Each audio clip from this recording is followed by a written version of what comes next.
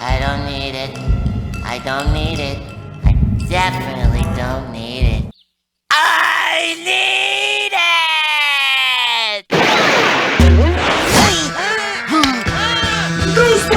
No! Stop!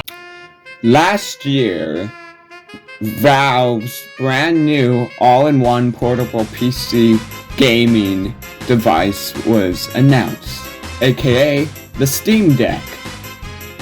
I decided to pre-order mine, and I ended up being able to fully put in my order August 8th of 2022.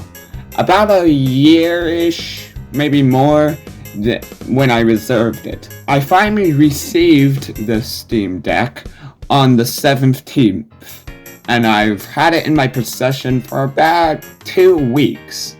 I've had some time to play around with it, and I gotta say, the thing's amazing, but it does have a couple flaws, so stick around for the whole video. And just as a reference, I got the 256GB version for $530. Let's start with the actual outer shell of this thing. For one, it's chunky. That big, fat, and chunky. Like, the first thing I did was compare it to the Nintendo Switch. And this thing's chunky. Big. But it's also not uncomfortable. It's comfortable. It's also not that heavy. Yeah, it's chunky compared to the Switch, but it's surprisingly light, and it's very comfortable. One of the worries I've seen expressed when this thing was announced is the button placement. With the D-pad, the buttons, the joysticks, and the touch sensor thingies being all in weird places. I gotta say, I immediately got used to this layout. I love it. I have not experienced stick drift yet, and as of recording this video, I don't think anyone has, which is great.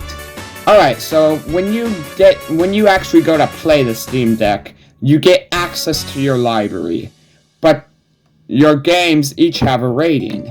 There's 3 ratings. There's not compatible at all, kinda compatible, but perfect. Now, the line between incompatible and compatible is kinda blurry. If a game has a green checkmark, it's 100% gonna work. But just because a game does not work on the Steam Deck doesn't mean it doesn't work, if that makes sense. Here, let me put it like this. So, I was able to try Absolute Desktop, Baldi's Basics Plus, and Portal 2, which are all verified games, and they run perfectly smooth. Then I tried Gary's Mod, which currently is a game that's unsupported, but it runs beautifully. The only things I had to do to get Gary's Mod up and running was configure the controls manually and deactivate some mods. It can run mods, it just can't run all of the mods I have downloaded, which is fair since I have like thousands. So just because a game is not supported doesn't mean you can't get it to run. And also, on the other hand, there is a small comment I want to make here about a game in particular, Distance. Right now, Distance is completely verified on the Steam Deck, but I can't make the controls work. Every time I go into it, I have no control, and I can't even configure the controls. So, I don't know if... So far, I've only had that problem with Distance, but I thought that was worth mentioning. So what about the UI for this thing? I love it. It's really nice. I know where everything is after the first couple weeks of playing it. So let's talk about storage on this thing. I've got about 85.5 gigabytes worth of space left.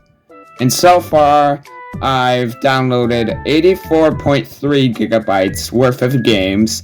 Workshop items, I've downloaded 19.8 gigabytes of space. And other files, 37.2 gigabytes. So you do go through storage fast on this thing, and we'll talk about that more later. Battery life. Now, battery life is something I'm gonna have some hard time explaining. So battery life is gonna be different for every game, okay? It depends on what you're playing. I would say it's good. Now, for something I love, the Steam Deck has two modes. It has gaming mode, which is the UI with all your games and stuff. And it has desktop mode. Now, I want to clarify because I don't see Steam, I don't see Valve clarifying this, neither do I see other people. You can switch between gaming mode and desktop mode with just a press of a button, which I find amazing. Now, do note, desktop mode runs in Linux, and I've been working with Linux on like a Raspberry Pi, so I'm kind of used to it. But for Windows users, it will get some getting used to. Although you can install Windows drivers on here, I would not recommend it, because from what I've been hearing from other Steam Deck users, they are regretting installing Windows drivers. Now, in desktop mode, even though it runs on Linux, I've gotten stuff to work just perfectly fine. I can go on Google Chrome, I can watch YouTube. I've even streamed like Netflix from the browser, and I even can get my video editor on here since it has a Linux version, and I could edit an entire video on the Steam Deck if I want to. Now let's talk about something everyone wants to hear right now. Emulation. Alright? Emulation. Here we go. So, this thing is an emulation beast. Now, before we get going here, I want to say I only use emulation if I own the games, if I've bought them with my own money, and if I want to do something like mod or like have multiple Animal Crossing saves or something like that. I do not condone piracy. Now, with that out of the way, emulation on this thing is beautiful. So, the only things I've tried right now is Wii, GameCube, and 3DS, and it runs beautifully. Although with some Wii games, mostly requiring motion controls, it will take some configuring in the controller settings, but I did get Wii Sports Resort Swordplay to work on it, and 3DS games run good with a little lag. Okay, I picked Tomodachi Life as my 3DS test game, and it glitched. I'm sure with some more tinkering I can get 3DS games to run perfectly. There are 3 Steam Deck models you can get. Let's go through them. There's the 64GB model for $400, and it comes with a carrying case. Just so you know, they all come with a carrying case. And speaking of the carrying case, it is amazing. It is well built. A well-built carrying case, and something I will be using with my Steam Deck. I'm not going to get a replacement, it's that good. So, there are 3 models. The $400 version, the $530 version, and the $650 version. So, let's say you're going to get a Steam Deck, and you want to know what you're going to get.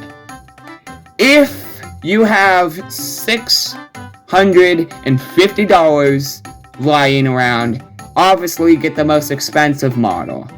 But let's say you're broke, like I am, and you're trying to choose between the $400 option and the $550 option. Get the $550 option, because here's the thing. With the $400 option, you're only going to get 64 gigabytes of space. If you get the $400 version, you're gonna end up spending money on like a 1 terabyte card. So why not spend a little extra money and get the middle version? So yes, don't even bother with the cheapest option. You should be trying to decide between the most expensive and the middle. Okay, now we've been praising this thing out of the park. It is time for the downsides of this thing. Because this ain't perfect. Nothing is perfect. So, number 1 is the storage. Whether you get the most expensive or the middle version like I've had, eventually you're going to have to get more storage. Because these are PC things. PC games. And PC games can be chunky suckers. So, you're gonna have to buy more storage at some point, whether you like it or not, so just be prepared for that. Also, there is something so annoying about the trackpads. So if you go into desktop mode, you use the trackpad as your mouse, which I personally love. But here's the thing.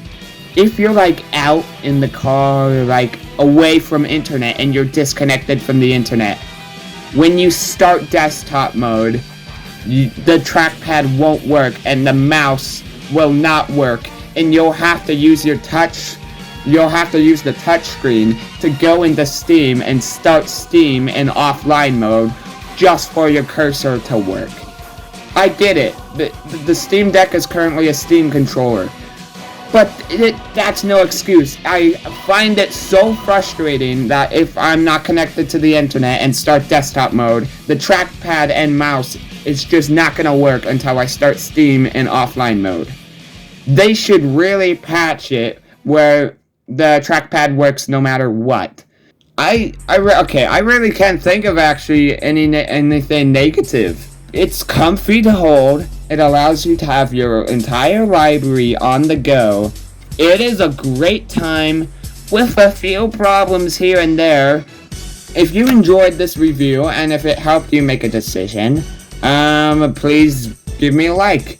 Oh, and feel free to drop any questions you have about the deck, in the comment section below. I will test them out on the deck for you and get back to you in a timely manner. Ask me anything. And, subscribe. Stick around. I have lots of new content coming. And